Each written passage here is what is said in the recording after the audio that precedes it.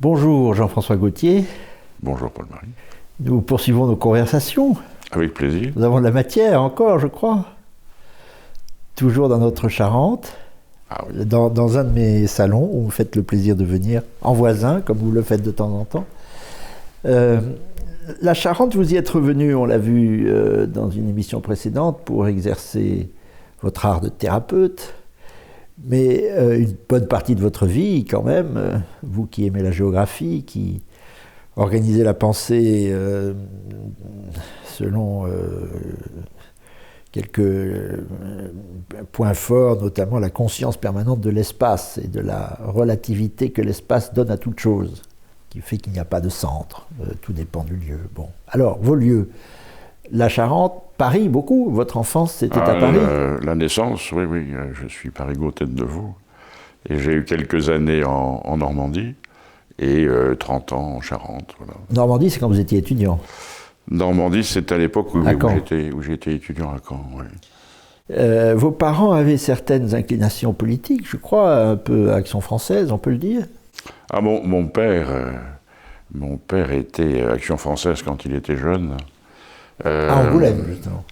À Angoulême oui, et à Poitiers, où il était élève aussi fin de lycée, chez les Jésuites, dont il a été exclu, précisément parce que a été retrouvé dans sa valise un exemplaire de l'Action française, un dimanche soir, qui n'était pas le sien, parce qu'il laissait, comme ses camarades, son exemplaire dans le train, mais un de ses camarades avait oublié de le laisser dans le train, avait glissé dans sa valise. Et là, bon, voilà, ça s'est mal passé. À l'époque où l'Action française était, avait été condamnée condamnée par le pape. Par Léon XIII, oui. Voilà. 26 ou 27, je ne sais pas, 26. À Paris, votre vie est celle d'un jeune homme de bonne famille, cultivé, à qui vos parents donnent une éducation classique, très classique. Vous lisez beaucoup? Non, j'ai lu très tard. Ah oui? Oui.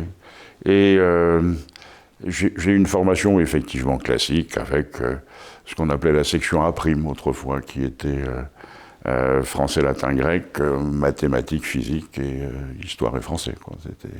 C'était là. Mais alors, toute cette période de l'enseignement secondaire, je m'y suis terriblement ennuyé. Oui. Il y avait des dérivatifs, je crois que vous faisiez partie d'une chorale. Oui, j'ai chanté, puis j'avais surtout l'astronomie au Palais des Découvertes. Ah oui. Ça a été très important. Et puis, bon, quand même, beaucoup de mathématiques grâce à un professeur qui était tout à fait remarquable, que j'avais en 3e, qui était un centralien élève aux Beaux-Arts, donc un type un peu original. Et j'ai fait beaucoup de mathématiques avec lui. Et avec un autre de mes professeurs en seconde, j'ai beaucoup lu Pascal. Oui. Et Victor Hugo. Voilà, se mettent en place tous vos pôles, la philosophie, les sciences, les mathématiques, l'astrologie. Voilà. Alors je reviens à la chorale, parce que la chorale vous a donné une voix extraordinaire. Je vous ai entendu parler en public, vous parlez très bien en public, avec une diction, comme les jeunes n'en ont plus d'ailleurs. C'est peut-être ça aussi le bénéfice du chant, mais en tous les cas, le travail d'une voix, vous avez une voix très travaillée, je crois. Pour la diction, il y a aussi l'expérience de l'enseignement. J'ai beaucoup enseigné dans les écoles d'éthiopathie, et toujours sans micro. Et puis avec ce repère que l'on a dans le chant, tu t'adresses à la personne du fond. Il faut savoir s'il suit ou pas. Voilà, et qui doit t'entendre. Alors ça c'est une règle classique dans l'opéra. Quand Mimi meurt dans la Bohème, il faut que le spectateur qui est dans les cintres comprenne qu'elle meurt, mais il ne faut pas que ce soit trop doux, sinon personne n'entend rien. Donc il y a ce travail-là qui fait partie du travail de la voix. Oui. Alors vous dites tout de même que l'atmosphère était pesante, c'est pas un très bon souvenir, vos années de collège et de lycée, en grande partie parce que, pour des raisons familiales, si j'ai bien compris, pesait sur vous une atmosphère religieuse que vous n'appréciez pas beaucoup. Enfin, oui, vous n'avez jamais été chrétien à ces moments-là, ou simplement pour faire plaisir à vos parents, ou quoi? Oui, j'étais dans le cursus des vieilles familles catholiques. Mais j'ai eu une vaste déception, qui n'était pas une déception amoureuse, mais avant la première communion, étape à propos de laquelle on m'avait expliqué que j'allais avoir l'intégralité du corps de Jésus dans une hostie, j'ai eu du mal à comprendre. Et je posais des questions, je posais. Et probablement, un soir, j'ai dû trop agacer, à force de reposer la même question, puisque les réponses ne me satisfaisaient pas. Et j'ai entendu, mais de toute façon, tu vas comprendre quand tu feras ta première communion. Qui était un moment important autrefois dans les familles catholiques, c'était l'équivalent de la toge prétexte pour les Romains. Oui, c'est ça, l'arrivée au monde. Quoi. Voilà, on entrait dans une autre catégorie d'êtres vivants, on quittait l'enfance. Et bien j'ai fait ma première communion. Autrefois, c'était devant une grille, où on se mettait à genoux. Et j'ai reçu une hostie, une sensation nouvelle, bien évidemment. Et puis j'ai attendu de comprendre. Et je n'ai rien compris. Et ça a été une déception radicale, définitive, dont j'ai encore les souvenirs il faut tout comprendre. Sensibles. Il faut tout comprendre. Il faut vraiment tout comprendre. On quand ne peut il pas y a une accepter promesse, des choses qu'on ne comprend pas. Quand il y a une promesse de comprendre, il faut pouvoir comprendre. On m'aurait dit c'est un mystère. Je me serais débrouillé avec cette notion de mystère.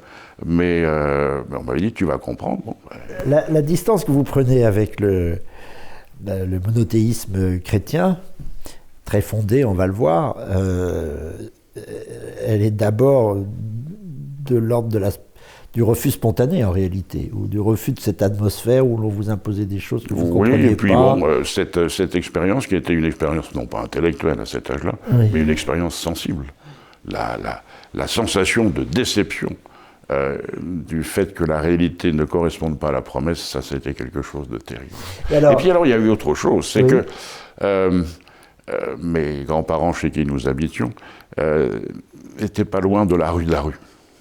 Et comme Vatican II avait pratiquement supprimé la musique intelligente dans les paroisses catholiques, j'allais assez régulièrement rue d'Arru, à la cathédrale Alexandre Nevski. Et la liturgie est magnifique. Et la liturgie est vraiment extraordinaire. Oui. Et alors là, il y avait une vraie basse. Je me rappelle encore son nom, il s'appelait Tikolominov, c'était une espèce de géant qui devait faire 1m95 à 2 mètres. Et j'y allais surtout les dimanches où l'évangile était très long. Parce qu'il démarrait le chant de l'évangile en tenant un lectionnaire qui devait peser 15 kilos. Enfin bon, il ne le lisait pas puisqu'il connaissait les textes par cœur. Il démarrait à la cave, au contre-sol, c'est-à-dire quand même une belle quinte en dessous de moi. Et il montait d'un demi-ton par verset. Et il terminait dans le répertoire de ténor, et là c'était extraordinaire. C'est une éducation musicale, ça. Oui, mais bon, seul. Il y a une formation des voix de basse à la russe qui est tout à fait particulière, que malheureusement je n'ai pas connue. En slavon, c'est encore plus impressionnant. Voilà. Alors, ça s'argumente petit à petit chez vous, ce refus du christianisme, de la foi. Grosso modo, vous récusez en principe, nous l'avons vu dans nos précédentes conversations, le règne de l'unique. Et évidemment, le monothéisme est l'archétype de la réduction à l'unique. Pour vous, Dieu est pluriel. Le divin. Le divin est pluriel. Le divin, justement, parce que si je dis Dieu, je reviens encore à l'unique. Vous voyez que mon pli de l'esprit ne me quitte pas.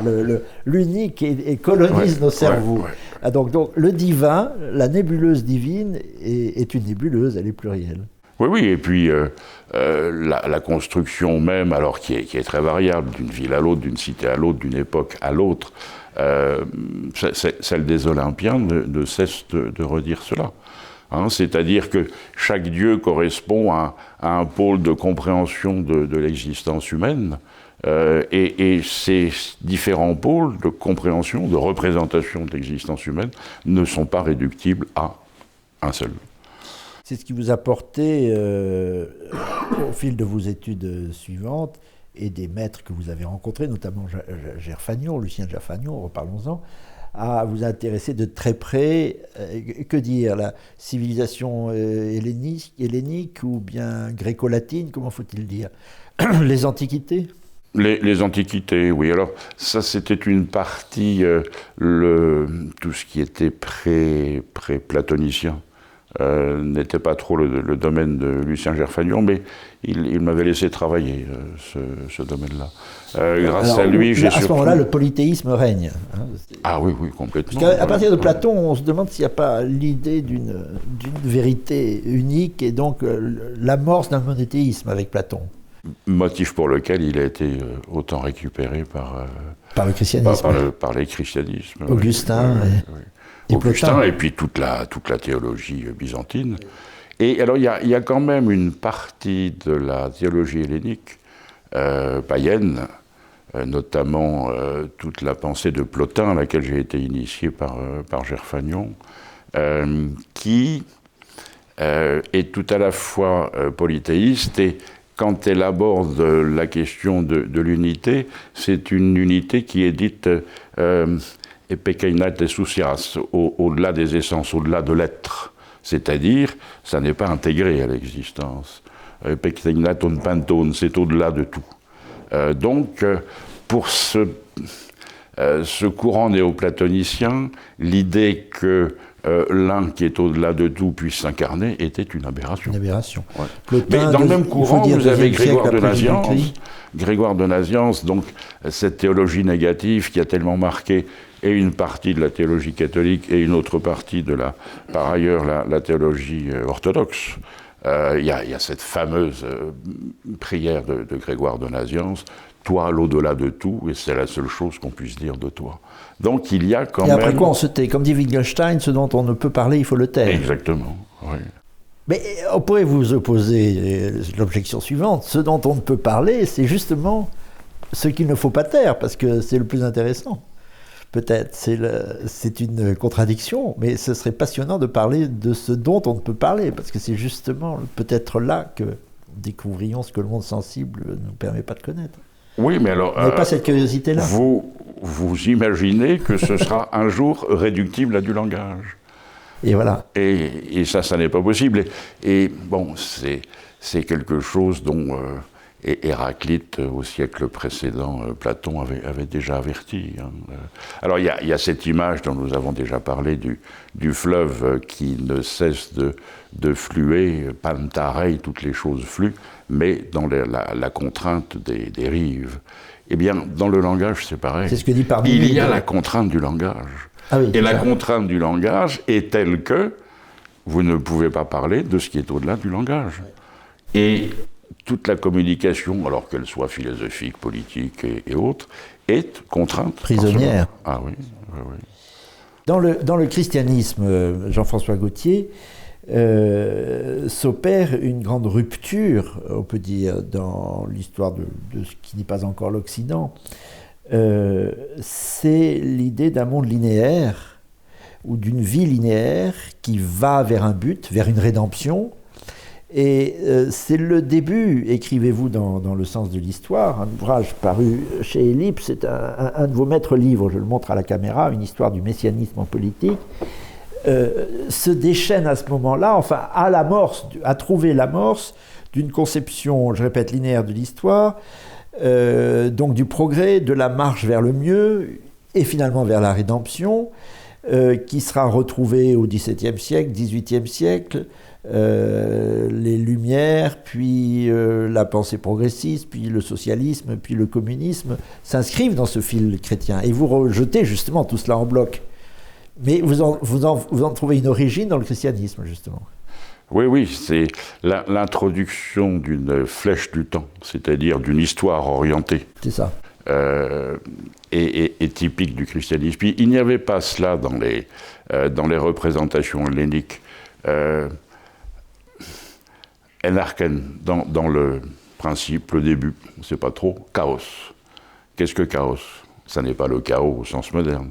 C'est l'imprononçable, l'indécidable, l'abéance. Toujours. L'abéance de sens. Et il y a des êtres qui apparaissent, qui sortent de tout cela. Puis, ce que nous appelons le monde ordinaire s'organise, puis viennent les dieux. Et les hommes, on ne sait pas trop comment ils arrivent là. Et ce qui est extraordinaire dans ces représentations antiques, c'est que l'origine n'étant pas là, ou n'étant plus là, un, il est impossible de l'atteindre, deux, il n'y a pas de sens vers autre chose. Mais et si l'Athénien moyen interroge le prêtre d'Apollone pour lui dire d'où ça vient tout ça, le prêtre d'Apollone lui dit j'en sais rien, de toute façon Apollone il n'était pas là, il ne sait pas. Donc les dieux helléniques sont des dieux analphabètes. Voilà. Et ça c'est leur très grande force, ils sont analphabètes, ils ne parlent pas en direct. Ils ne nous disent rien d'impérieux, quoi. Ils ne téléphonent jamais. Oui, ils ne donnent pas de commandement. Voilà, donc il n'y a pas de fake news, comme on dit. Oui, n'en parlons pas, mon Dieu. Mais alors, c'est une faiblesse humaine, en réalité, pour les chrétiens, justement pas pour les chrétiens, pour les antiques, que de chercher du sens partout. Enfin, dans tous les cas, pour vous, l'obsession... du sens historique, oui, c'est oublier que la destinée n'est pas écrite. C'est ça. Et c'est peut-être ce mouvement qui vous incite à opposer à l'affiliation entre le christianisme via Rome, via l'idée du progrès, de la perfection, du « c'était toujours moins bien avant que ça ne sera demain » parce qu'on est en marche, vocabulaire chrétien, vers une rédemption, qui finit par le progressisme, le socialisme, le communisme. À cette filiation-là, vous opposez une autre, celle des anciens, qui au fond, et notamment quand vous parlez du stoïcisme dans cet ouvrage, Le sens de l'histoire, comme la quintessence de la pensée antique, parce qu'il s'agit tout simplement pour les stoïciens de se conformer à un ordre cosmique. Même si on ne le comprend pas, on ne cherche pas à le modifier, on accepte les choses telles qu'elles sont. Et vous dites que ça se retrouve aussi bien chez les Celtes que chez les Germains.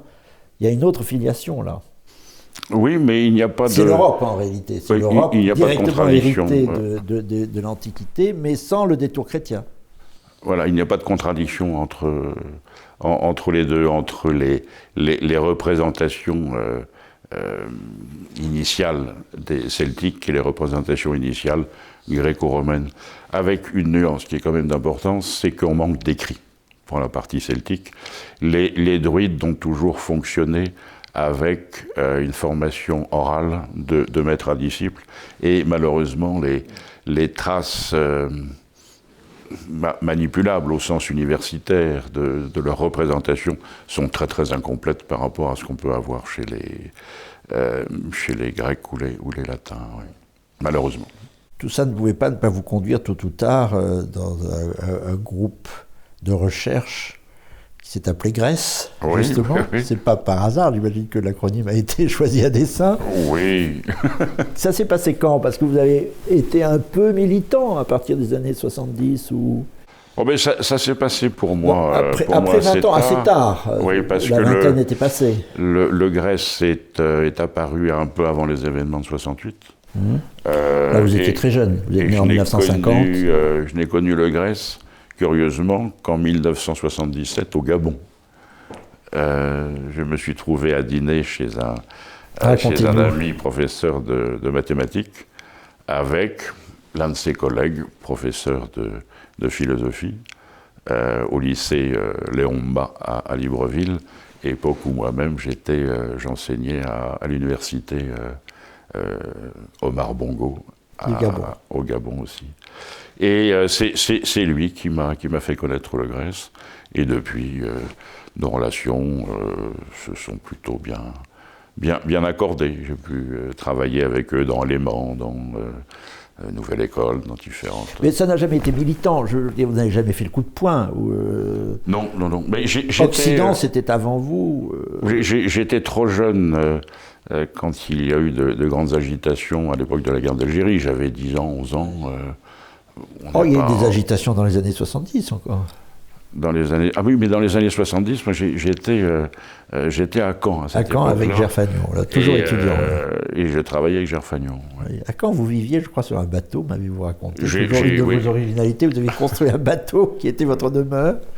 J'avais construit un bateau de 41 pieds, oui. Fait 12 mètres, quoi. Et, ça a toujours beaucoup étonné Gerfagnon que je puisse habiter. Il venait vous y voir ?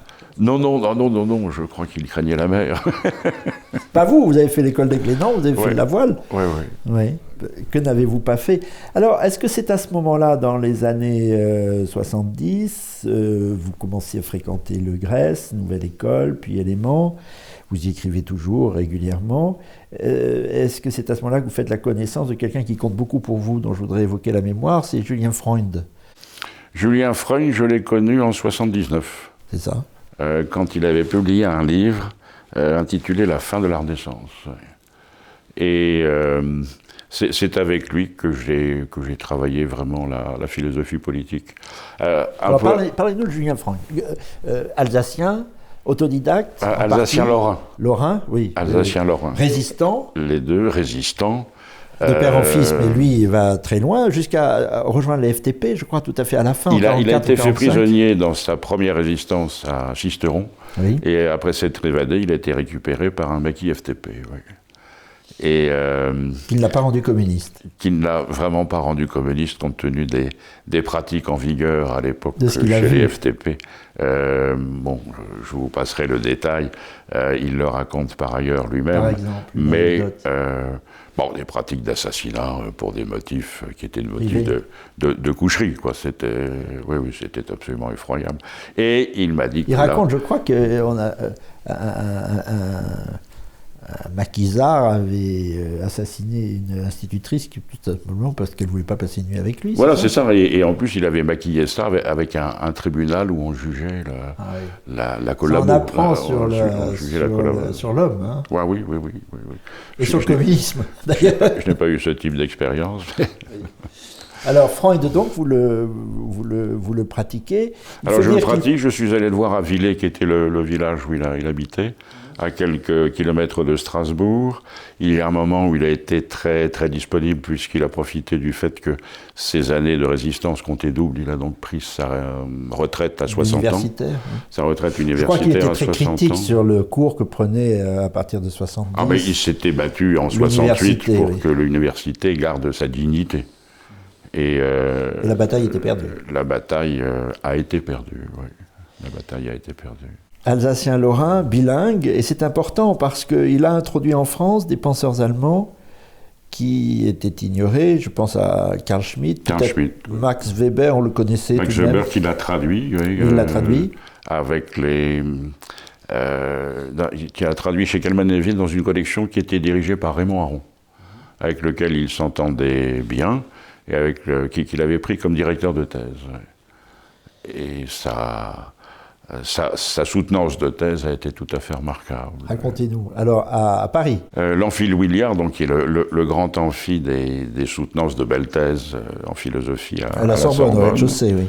Et jury, donc, avec Raymond Aron comme président de jury, Paul Ricoeur, qui n'était pas encore célèbre puisqu'il n'avait pas rencontré Emmanuel Macron, mais il avait quand même sa petite cote, et puis c'était l'ancien, ou plutôt, pardon, c'était le futur doyen de Nanterre. Et il y avait quelqu'un que personne ne connaît aujourd'hui, sinon ceux qui ont fréquenté un peu les instituts de philosophie, qui s'appelait Jean Hippolyte, qui avait été en France le premier grand traducteur de Hegel et de la phénoménologie de l'esprit, qui est le grand œuvre technique de Hegel. Alors c'est un adversaire, parce qu'Hegel, s'il y a un centralisateur ou un esprit qui centralise tout que vous refusez, c'est bien lui.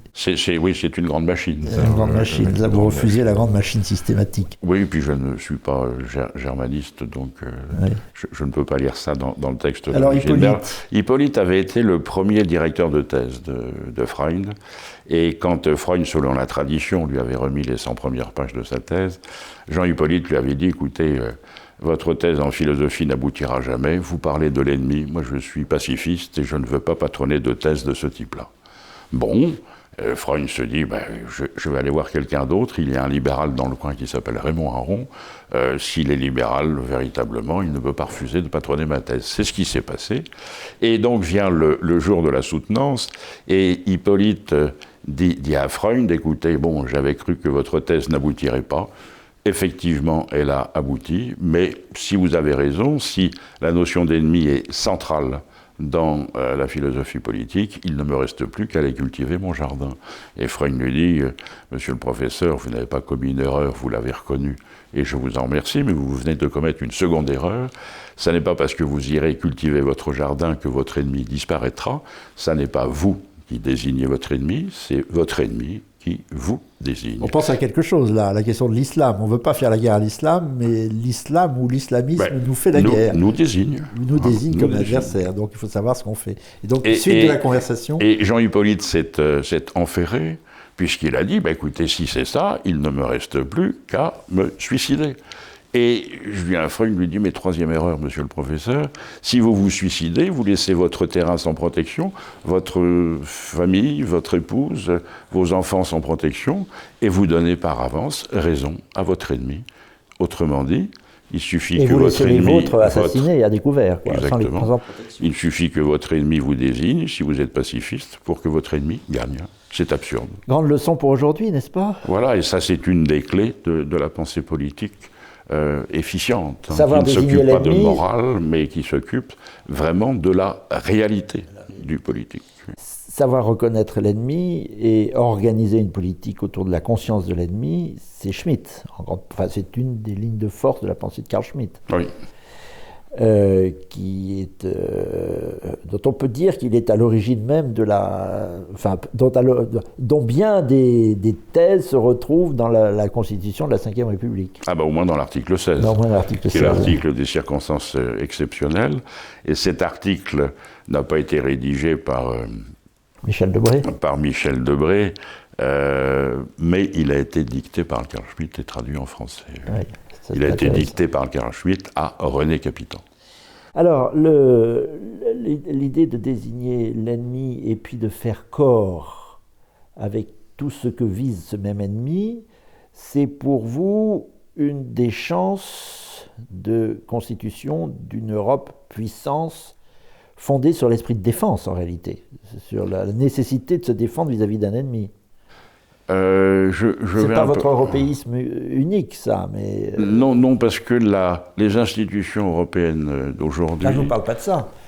Je vous parle de la civilisation européenne. Oui, alors, si... On est d'accord sur les institutions européennes de Bruxelles qui sont anti-européennes, pro-américaines. Les États-Unis, que vous ne portez pas dans votre cœur comme moi, utilisent Bruxelles, nous l'avons dit au fil de conversations précédentes, pas nécessairement enregistrées, mais ça tout le monde le sait, utilisent Bruxelles pour détruire les nations, donc détruire la puissance européenne, très bien. Mais il y a une autre Europe que vous portez en vous. Cette Europe, c'est une Europe qui peut assembler des nations, mais sous la réserve que ces nations soient à la recherche de ce que Nietzsche a appelé la Willenswehrmacht, c'est-à-dire l'organisation d'une volonté tournée vers sa puissance.